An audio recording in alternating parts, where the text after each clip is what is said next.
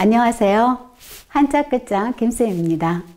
지난 시간에는요, 동서남북과 또 그에 관련된 숨은 다른 뜻을 알아보았는데요. 무려 5가지나 숨어 있었지요. 그런데 제가 한 가지를 빠뜨렸습니다. 뭐냐면 여러분들이 누구나 다 가지고 있는 12동물의 띠, 즉 천간지지에서 지지에 해당하는 것을 제가 빠뜨렸거든요.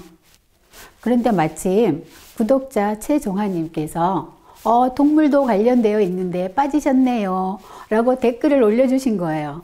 그래서 그럼 아시면 올려주세요 했더니 댓글로 올려주셨지 뭐예요. 너무 감사합니다, 최종아님. 그래서 제가 선물을 드렸습니다. 이런 기회가 되니까 또 재미있더라고요. 그래서 앞으로 기회가 되면 이런 이벤트를 하려고 해요. 여러분들도 선물도 받아가시고 같이 참여도 해주시면 감사하고요. 많은 관심 가져주시기 바랍니다. 그럼 지난 시간에 그 못다한 거 오늘 잠깐 알아보고 시작을 할게요. 우리가 지난번에 동, 서, 남, 북을 알아봤지요.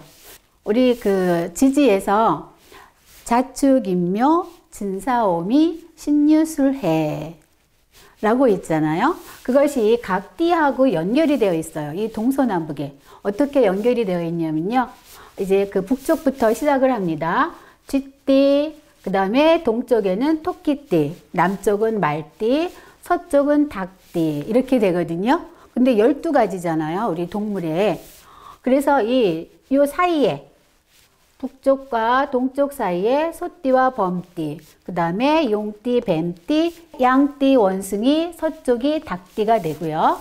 그 다음에 북쪽으로 가면서 개띠와 돼지띠가 되겠습니다.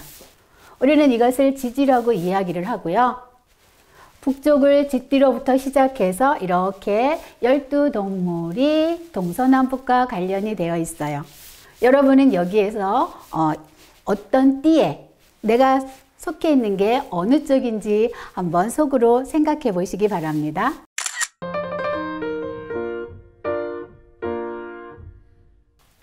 여러분 이거 챙겨 가시고요.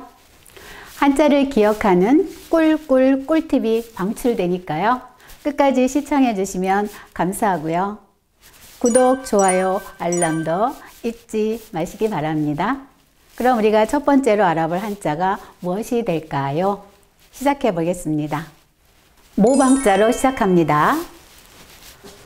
하나, 둘, 셋, 넷. 모방. 이 모방자는요, 배 두 척을 나란히 묶어 놓은 것을 보고 만든 글자예요. 배가 이렇게 있겠죠? 이제 배 여기를 갖다가 이렇게 묶어서 놓은 거예요, 줄로다가. 그러면 배는 또 뭐가 있어요? 노가 있잖아요. 이렇게 노가 있습니다. 이 모양을 보고 만든 글자가 이 모방자예요. 그런데 왜 모가 났다라는 뜻이거든요. 이 두 개를 이렇게 묶어 놨으니까 여기 사방이 이렇게 모가 났잖아요. 그래서 모방자가 되고요.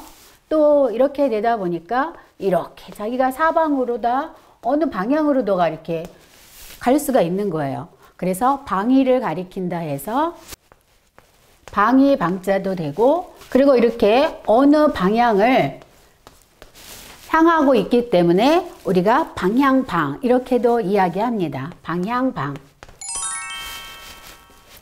우리가 이것을 쓰는 거는요, 우리 한자 쓰는 순서에서 가로를 먼저 쓰고 세로를 나중에 쓴다.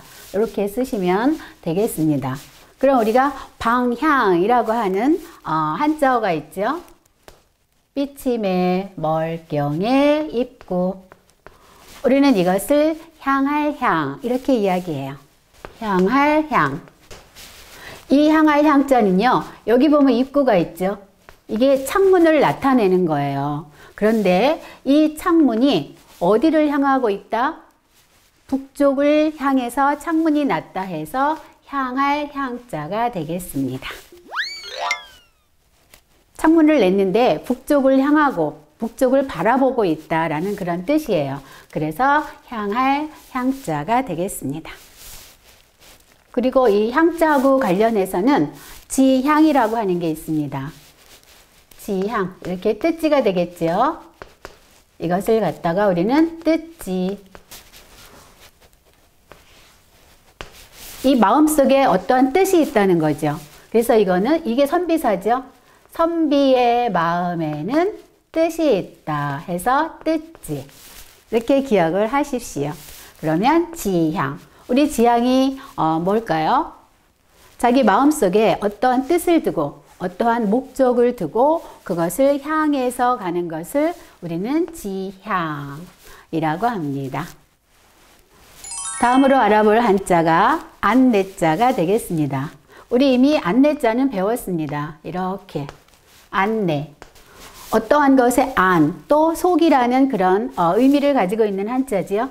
이것은요, 어떠한 돌집이나 그 다음에 토담집에 들어간다는 그런 뜻을 가지고 있어요. 그런데 이 멀경자가 시간이 지나면서 이렇게 진면자로 의미가 변해서 어떠한 집이나 또는 그 궁궐을 의미를 해서 그 안으로 들어간다라고 하는 뜻이 돼요. 그래서 안이나 또는 어떠한 속을 의미하게 되죠. 여기서 우리가 주의할 점은요. 그 교재나 이런 데 보면 요것이 이렇게 사람인자로 나와 있는 것이 참 많습니다. 그런데 이건 사람인자가 아니고 이렇게 들립자가 되겠습니다. 이거 몇 번 나왔었지요. 이거 다시 한번 복습하는 차원에서 챙기시기 바랍니다. 그럼 우리가 교내라고 하는 그런 한자어가 있겠죠. 나무 목자에 사길교자. 그래서 이것이 교, 학교 교자죠. 여기에서는 이 사길교자죠. 얘는 사길교. 어디요? 머리를 맞대고 그 다음에 손과 발을 맞춰가면서 사귄다 해서 사길교자입니다. 지금은 뭐 다 건물이 콘크리트로 되어 있지만 아주 옛날에는 콘크리트가 어디 있겠어요. 다 학교 건물은 다 나무로 되어 있었잖아요. 그래서 나무 목자가 들어가고 학교 교자. 그래서 교내. 이렇게 한번 알아봤습니다. 다음으로 알아볼 한자는 바깥 외자가 되겠습니다. 바깥 외자. 저녁석의 전복자. 우리는 이것을 바깥에. 이게 저녁석이고 이게 전복자잖아요. 우리가 점을 칠 때는 아침에 칩니다. 그래야 점괘가 잘 나온다고 그렇게 이야기들을 하는 것 같아요. 그래서 저녁에 점을 치는 것은 정상에서 벗어났다라는 그런 뜻에서 바깥 외자가 됩니다. 그러면 우리 이거하고 관련해서 외출이라고 하는 게 있죠. 이렇게 외출.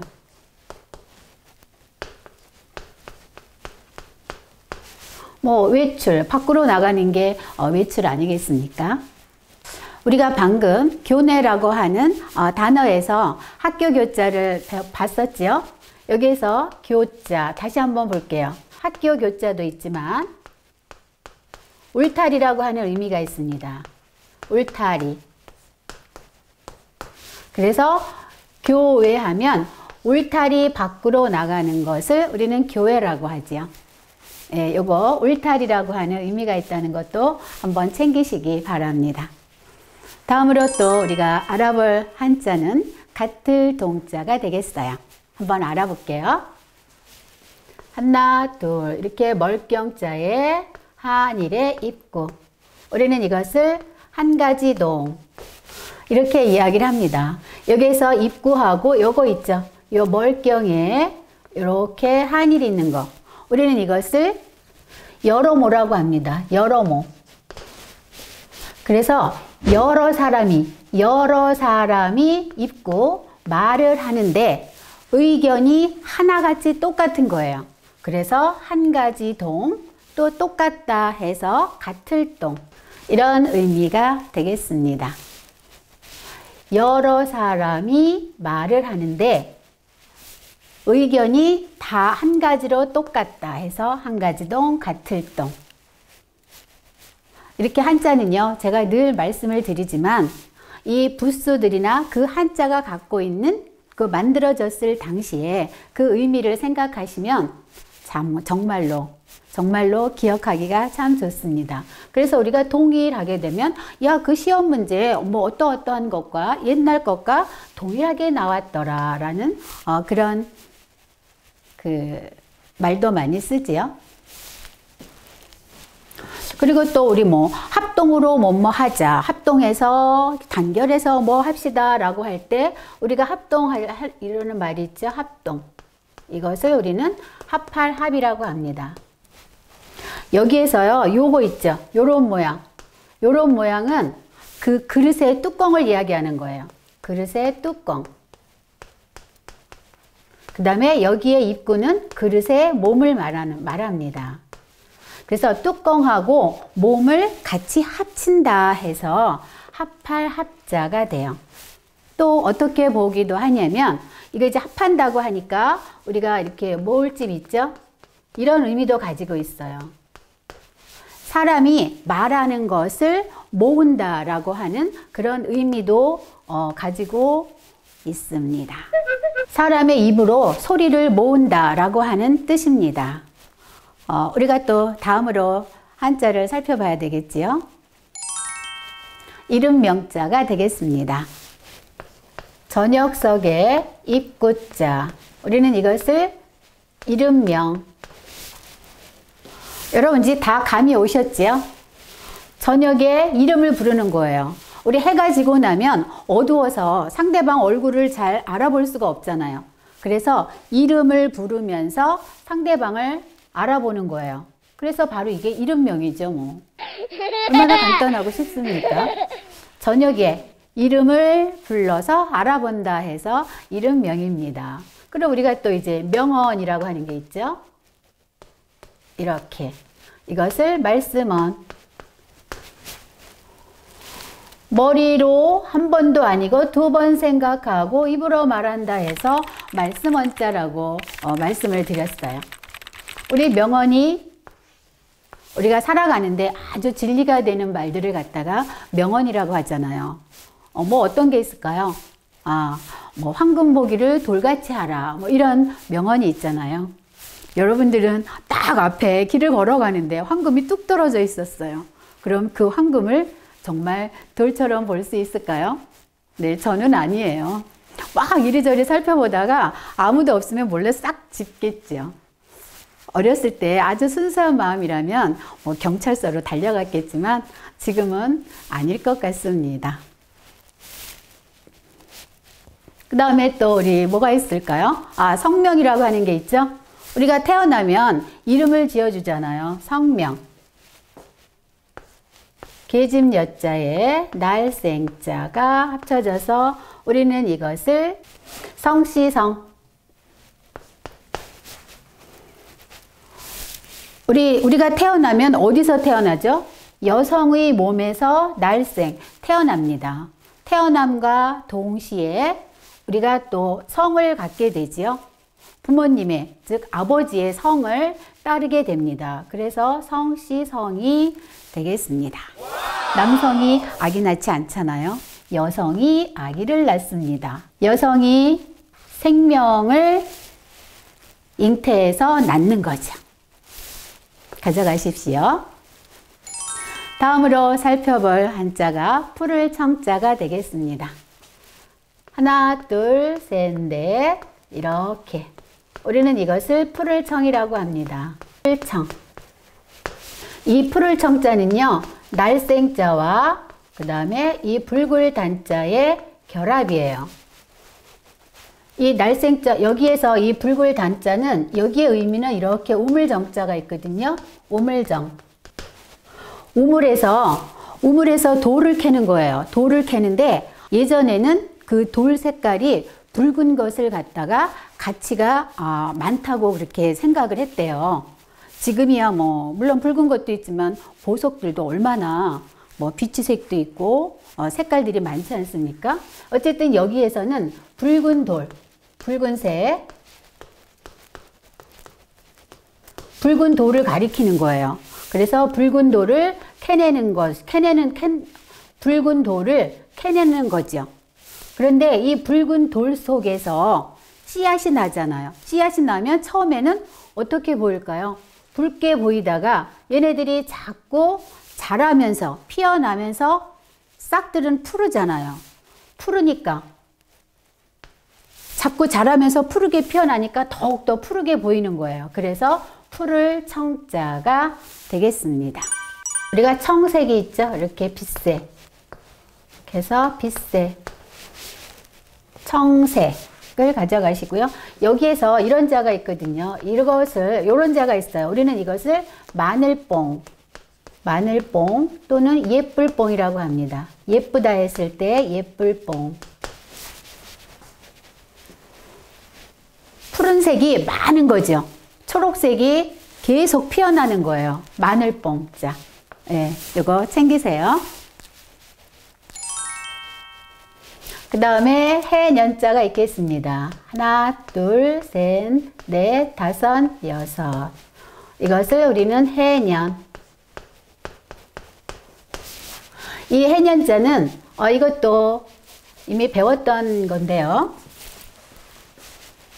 벼화자에 그 다음에 사람 인자에 일천천자가 결합이 돼서 만들어진 한자가 바로 해년자예요. 우리 가을이 되면 추수를 많이 하잖아요. 그래서 여기에 일천천자가 많다라고 하는 의미를 가지게 되고요. 이 벼화자는 가을에 추수를 하기 때문에 벼화자가 들어갔습니다. 그러면 우리가 벼는 봄에 심어서 가을에 수확을 많이 하잖아요. 그런 이유로 인해서 벼가 자라나는 그 기간을 우리는 년월이라고 해서 1년을 의미하게 됐어요. 그래서 이것을 우리는 해년이라고 합니다. 또 이 해년자에는 나이를 의미하는 뜻도 있습니다. 나이. 그래서 우리가 연령 이렇게 이야기하잖아요. 그럼 이 연령 이렇게 그칠지에다가 이렇게 사람 인자가 두 개가 있죠. 한일에 또 사람 인자 두 개. 그리고 이렇게 마무리합니다. 이것을 우리는 이치라고 하죠. 이치. 여기에 하여금령이 결합이 돼서 우리는 이것을 나이에 관련이 있다 해서 나이령 이렇게 이야기합니다. 그래서 연령 하게 되는 거죠. 이 한자도 한번 살펴볼까요? 이거 가만히 보면 우리 그 입안의 이하고 똑같은 모양을 하고 있잖아요. 이것은 윗니, 그 다음에 아랫니, 입술이 이렇게 딱 구분을 짓고 있지요. 그리고 입이 딱 이렇게 입 속에 있습니다. 그리고 치아는 어떻게 해요? 딱 고정되어 있죠. 딱 고정되어 있으니까 그칠 지자가 들어갑니다. 여기에 이 령자에 음을 따온 하여금 영자가 들어갔어요. 이 하여금 영자는 이게 병부절이죠. 이 병부절은 뭐예요? 무릎을 딱 꿇고 있는 이 무릎의 모양을 보고 만든 글자가 이 병부절이잖아요. 사람이 이 하여금 영자가 못못을 시키다, 명령하다, 무슨 부리다라는 의미를 가지고 있는데 사람이 명령을 하면 어떡하죠? 무릎을 딱 꿇고 그 명령을 받드는 거예요. 그래서 그 모양이 바로 하여금 영자가 되고요. 이치자와 결합해서 나이령자가 되겠습니다. 연령 챙기시기 바랍니다. 또 학년이라는 것도 있죠. 배울학자. 이렇게 배울학. 자녀가 손에 책을 들고 가르침을 배운다 해서 배울학자예요. 여기 아들 자자가 있죠. 자녀를 의미하고 양쪽 손, 그 다음에 요거는 사귈 효자거든요. 어떻게 해요? 손에 손을 잡고 사귀면서 배우는 거죠. 그래서 학년도 한번 알아봤습니다. 저는 여기까지였고요. 한자 끝장 김쌤입니다. 여러분 저에게 댓글도 많이 달아주세요. 그래서 저와 같이 소통을 하시면 정말 좋겠습니다. 그리고 도움이 되셨다면 구독도 꾹 눌러주시면 제가 정말 행복해집니다. 건강한 모습으로 다음 주에 다시 뵙겠습니다. 감사합니다.